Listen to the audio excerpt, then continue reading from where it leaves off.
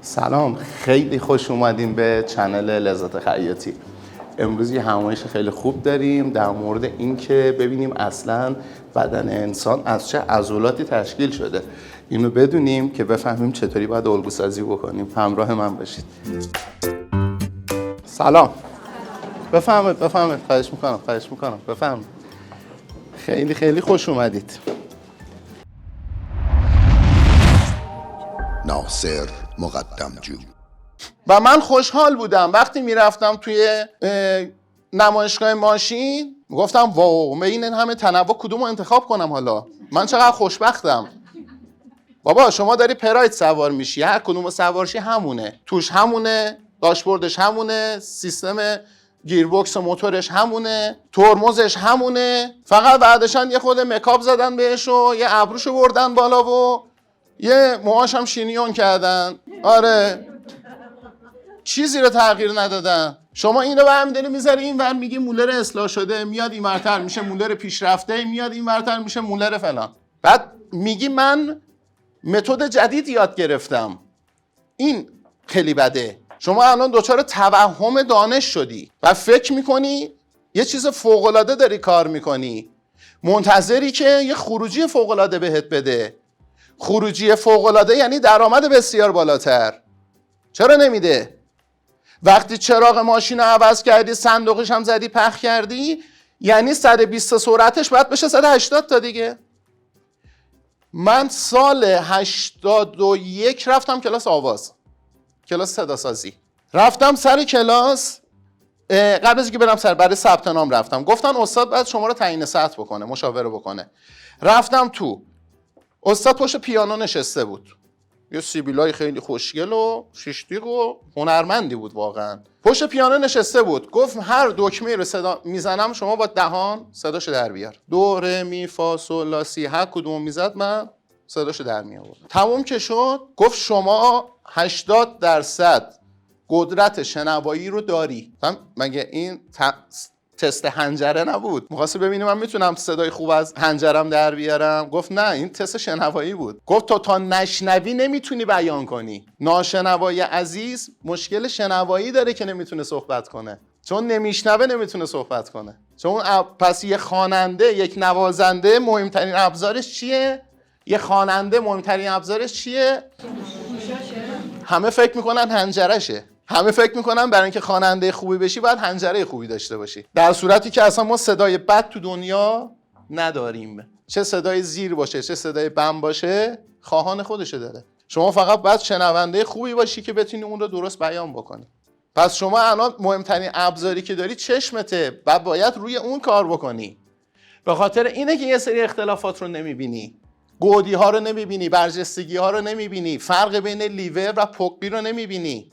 لیور باید فضا داده بشه تا رفع بشه، پقی باید پنس گرفته بشه تا رفع بشه. برای رفع لیور شما باید فضا بدی، برای رفع پقی باید فضا رو کم کنی. اگه این دوتا رو فرقش متوجه نشی، شما داری مشکل رو مشکل میذاری، چیزی رو حل نمی کنی. ولی آیا میتونی اینا رو ببینی؟ پس این که شما داری میگی آقا من فرمول استفاده بکنم، فرمول رو چی میشینه؟ رو اندازه اصلی. شما باید یه اندازه اصلی داشته باشی فرمول رو روش سوار کنی دیگه.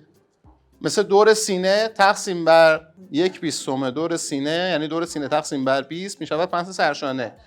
این فرمول رو چی نشست؟ رو اندازه دور سینه. پس یه دور سینه‌ای وجود داشت. این که اصلا اون دور سینه رو اشتباه داری اندازه میزنی، پس هر فرمولی روش بشینه اشتباه در میاد. حالا شما وقتی این گونه به الگو نگاه میکنی و فرمول میزنی، در واقع داری این عضله رو و عضله پشت رو داری همه رو با هم محاسبه میکنی. بعد چی میشه؟ و غافل میشی.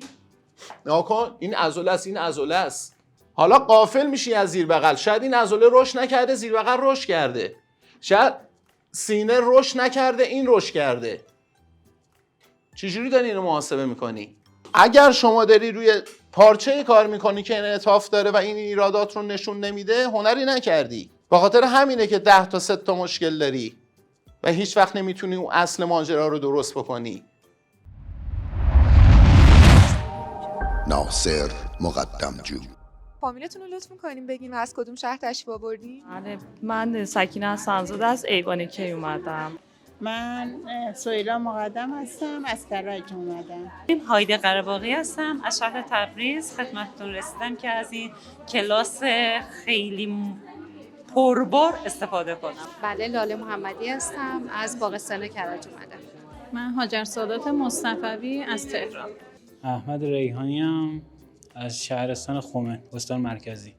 نظرتون راجع به این دوره از همایش آقای مقدمجو چطور بود؟ خیلی عالی بود. خیلی دوست داشتم واقعا شرکت کنم و دوست دارم بیشتر بیام. حتی با ایشون بیشتر در ارتباط باشم. یکی از فالووراشم و خیلی دنبال این بودم. و واقعا از خانم دادگر خیلی تشکر میکنم که منو واقعا راهنمایی کردن اومدم. اولین بارم بود حضوری دیدمشون و خیلی خوشحال بودم و عالی. اولین نفرم بودم که اینجا بودم. حالا من که خیاط توی خونه هستم خوب استفاده کردم. نکات ریزی رو من یاد گرفتم. درسته که مثلا حدود 35 سال خیاطی میکنم ولی خیلی نکات ریز و جالبی رو من امروز یاد گرفتم. اگر دوره‌های جدیدتری بخوان برگزار بکنن شما حضور دارین توی این دوره‌ها؟ انشالله که سعی میکنم ولی دیگه چون روم دور، شرایط و آب و هوا اجازه بدن آره شرکت میکنم انشالله. خیلی ممنونم ازتون. مرسی. زنده باشین. قربانش. عالیه. من بیشتری وقت میکنم ساعت کاریم بهش میخوره لایواشم نگاه میکنم و تو کلاس 6م ثبت نام کردم و هنوز کلاسم تمام نشد. اسم و فامیلتون رو لطف می‌کنین بگین و اینکه از کدوم شهر تشریف آوردین؟ ببخشید من ممنوع تصویرم. من اولین همایشی بود که شرکت کردم. تو پیج ایشون هستم. خیلی از نکاتی که میگن استفاده میکنم. خیلی عالی بود. مباحثی مطرح شد که اصلا من مثلا 20 سالی هستش که خیاطی میکنم. اصلا توی این مورد فکر نکرده بودم به اینکه آناتومی بدن فکر کنم، به اینکه مثلا زیر پوست بدن چجور مثلا آناتومی میتونه وجود داشته. یکی به قول استاد مثلا بازوی چاقی داره. اینا رو تو الگوکیشن همیشه به مشکل میخوردم ولی فکر نمیکردم که مشکلم. ببین الان مثلا استاد یه چیزی مطرح کردن که ما میایم به صورت عرضی الگوها رو زیاد میایم، در صورتی که به صورت دورانی دور تا دور بدن مثلا اگه قرار باشه تو الگو تغییر ایجاد بشه به این شکل ایجاد میشه. من تشویق شدم که حتما از کلاساشون استفاده کنم و این مشکل رو حل کنم. خیلی عالی بود. مثلا من فکر میکردم که حالا آموزش به قول آقای مقدمجو حالا میایم یه لباسی دوخته میشه ولی واقعا اشتباهاتمون رو بهمون گفتن. بعد بازاریابی کاری که باید یاد بگیریم دیگه انجام ندیم. نظرتون راجع به کلاس‌هایی که شرکت کردین چطور بوده؟ یه کلاس شرکت کردم فعلا هنوز تمام نشده و بسیار بهم کمک کرده. ناصر مقدمجو. در خدمت استاد جوام عزیز هستیم در این جلسه از همایش آقای مقدمجو.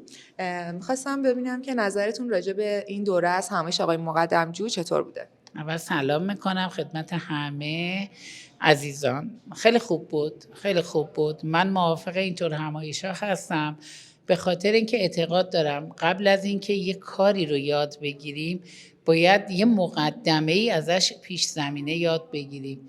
همه توقع داشتن شاید اینجا الگو یاد بگیرن ولی این اشتباهه. ما باید اول مقدمه هر کاری رو یاد بگیریم، حالا تو هر رشته‌ای که باشیم. در اصل امروز نمیدونم 2 ساعت یا 3 ساعتی که شد بچه‌ها ذهناشون یه ذره قلقلک داده شد فکر میکنن که برن راجبش فکر بکنن که اگه یه کاری رو میخوان انجام بدن علمی و درست انجام بدن. امیدوارم این قلقلکه انقدر تو سرشون بمونه که این کارو واقعا دنبالش باشن، فراموش نکنن. من موافقم، خیلی هم خوبه. خیلی ممنونم ازتون. باعث افتخار همه ماست که شما اینجا حضور داشتین در کنار ما و این جلسه از همایش رو منور کردیم با حضورتون. سپاسگزارم. انشالله که همیشه این همایش‌ها باشه، حمایت از اساتید ایرانی باشه. ما هم همیشه ردیف اول از همه‌شون حمایت می‌کنیم. زنده باشین.